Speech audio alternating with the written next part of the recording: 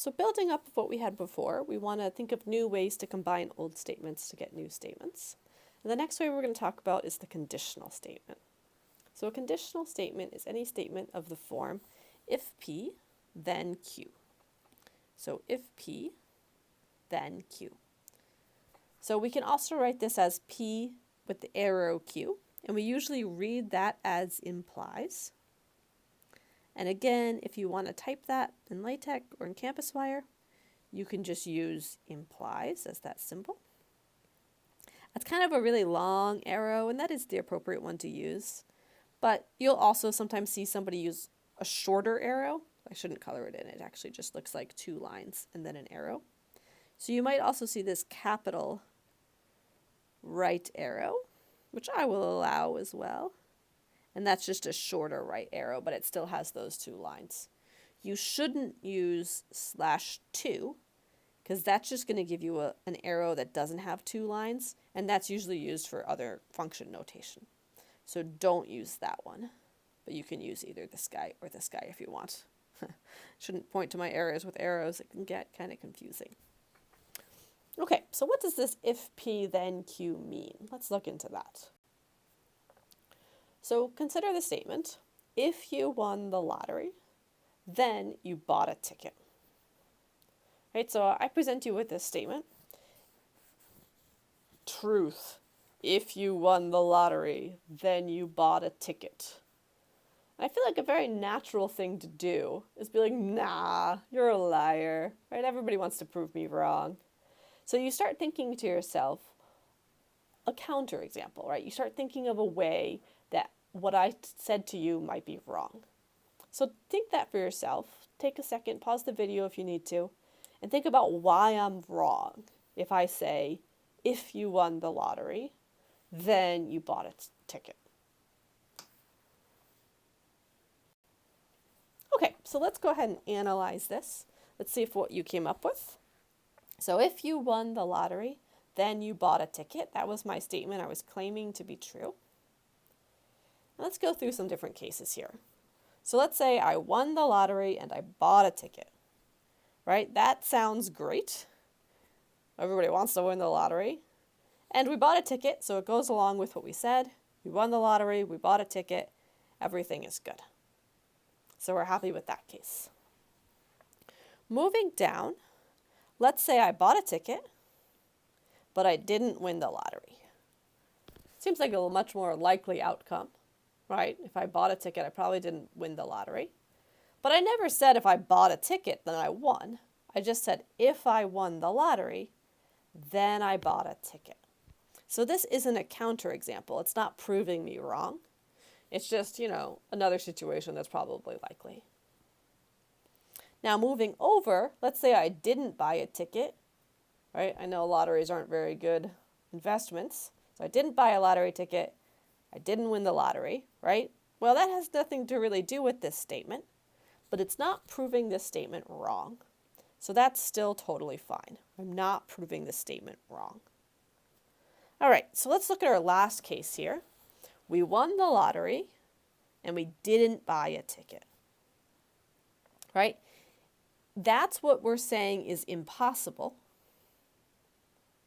according to this statement. According to this statement, the only way you win the lottery is if you bought a ticket. Now, you guys probably, worked really hard to come up with some reasons why I was wrong. Maybe you thought about the fact that I found a ticket. Maybe I found it on the ground. Somebody gifted me a ticket. My grandmother used to like to give lottery tickets as gifts. And every time I've ever won the lottery was probably because she gave me a ticket. Right? So there's certainly, maybe this statement is true, but the only ways that I could prove that this statement was true was to come up with a specific example where we won the lottery and didn't buy a ticket. So this is the case that can't happen if it was true that if you won the lottery, you bought a ticket. All right, so that's how these sort of if-then statements are working. It's true all of the times we didn't win the lottery, and it's true if we won the lottery and we bought a ticket. The only time it's false, the only time that we can prove it wrong, is if you won the lottery but didn't buy a ticket. So let's see that in a few different settings. We can go ahead and do a truth table for that. So again, I'm just going to do my typical order, lay out all of the options, true, true, false, false, and then we'll alternate them for Q. We said if P was Q and Q was true, that's kind of the nice version.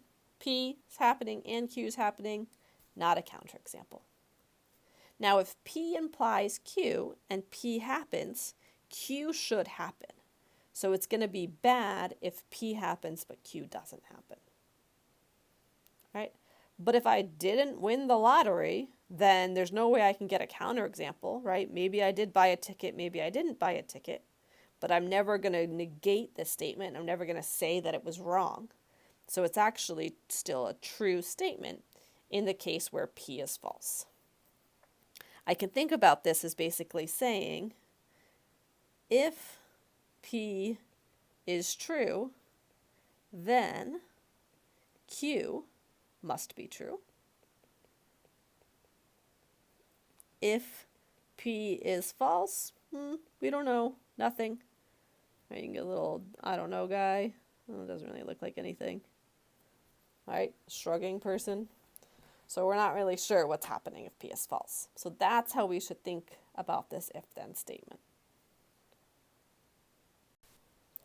Let's look at some examples here. First we have, if a function is continuous, then it is differentiable. Right? So if I want to determine if this statement is true or not, I need to consider all continuous statements here. Consider all of these continuous statements and decide if every single one of those is also differentiable. So if I can come up with a function which is continuous but not differentiable,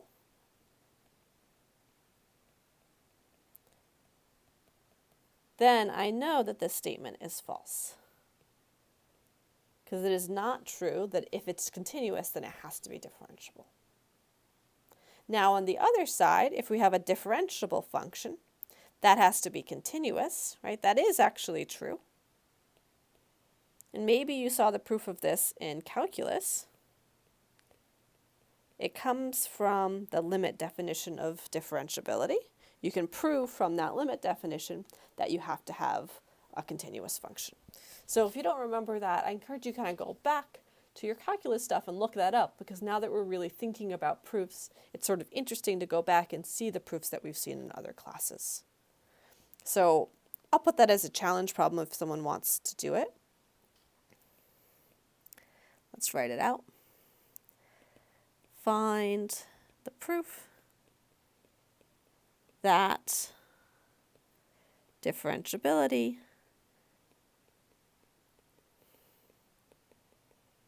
implies continuity. And for this one, it's okay for you to go and look up that proof in a book, and then you can just rewrite that in your own words.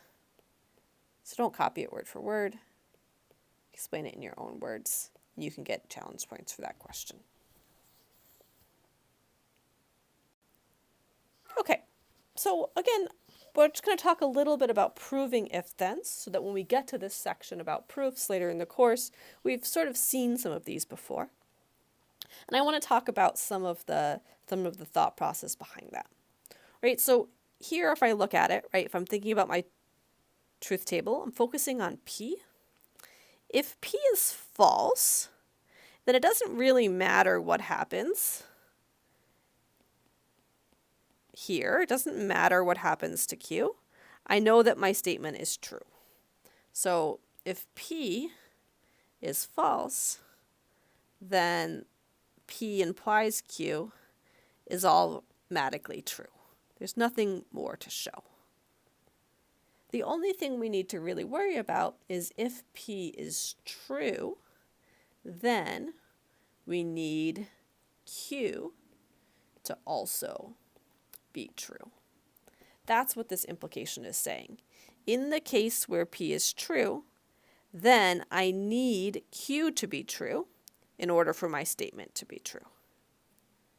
If the statement P is true and Q is false, that's where I run into trouble. So when I'm trying to prove A, P implies Q, I just need to show that when P is true, Q is true. Right? So we saw in the proof in an earlier section that the way we do this is we assume P is true. Right? We don't need to worry about the case that P is false because that's already going to be good. And then I show Q is true. So again, let's just see that in action one more time so that we're used to this and you're ready to go when we get to the section where you actually have to start writing these proofs. So the statement I'm asked to prove down here is if x is a multiple of 4, then x is even. Right? So to prove that, I'm going to assume x is a multiple of 4. So I just write down my assumption. Right, so let's use what that means. X is equal to 4 times n for some n in z. That means, so now I want to use definitions or other theorems I have or facts I have to lead me to the conclusion. So that means that x is equal to 2 times 2n, where 2n is in z. Thus, since x can be written as 2 times an integer, x is even. And we'll see later that that will be our definition of x being even. Right? So again, this is really similar to the proof we did before, but the idea is when I'm trying to prove an if-then, I should assume my if and then show my then. So assume that P, show that Q. There's a lot of different ways we can restate if-then statements. So we've talked about if P then Q already. That one's the basic way to do it. Right? If you have the P statement being true, then the Q statement might also be true. We've also talked about the implication, right? P implies Q. So we can read that one as well. There's a couple more here, and we can talk more about these in class. We have Q if P. This one actually seems a little backwards, right? But this is the same as P implies Q because the if here goes with the P, right? The if is right before that P, so the if is being applied to that P. So it's saying Q is true if P is true. So that's actually the same. Right, that's the same as replacing the word if with whenever, right? Whenever P is true, then Q is also true. Another way of saying that is just Q whenever P. Or Q provided that P. So I want you to take some time and think about how all of these are true or how all of these are connected. Now, if I look at it from the other side, I have P only if Q. So let's see what that's saying. It's saying that P, the only way it can be true is if Q is also true. So let's think about that. I'm only focusing on the true values of my P implies Q. And in those things that are actually true, the only time P is true is when Q is true, right? If Q was false, then P would be false. So P is true only if Q is true. Now, P doesn't have to be true if Q is true, but if Q is false, then P can't be false. So it's kind of weird to think about. We also have these necessary and sufficient ways of thinking about it. So let's do sufficient first. P is a sufficient condition for Q, right? So that's saying, right, sufficient means enough.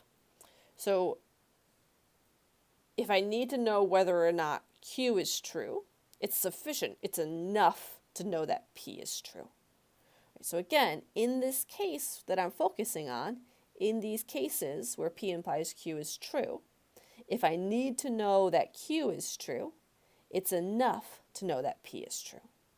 Or for Q, it's sufficient. It's enough to know that P is true. And then finally here, for necessary, for P, it is necessary that Q is true. Right? So in order for P to be true, I needed Q to be true. For P, it was necessary that Q was true. Or Q is a necessary condition for P. So again, for that P to be true, I needed that Q to be true. I couldn't get P true without that. That was not allowed. I encourage you to take some time and think about all of these statements, and we'll build more, get used to them over time and sort of build up better understanding as we go. All right, finally, let's end with a discussion question here. So I've got 5 statements, and I want you to rewrite each of them as an if-then. So we'll practice using the different ways of writing these conditional statements and taking sort of the weird ways of writing them and changing them back into this typical if-then. So go ahead, get these all written out, and if you want to go into those slides early, they should be up by Monday. If you want to go ahead and put some of those statements in.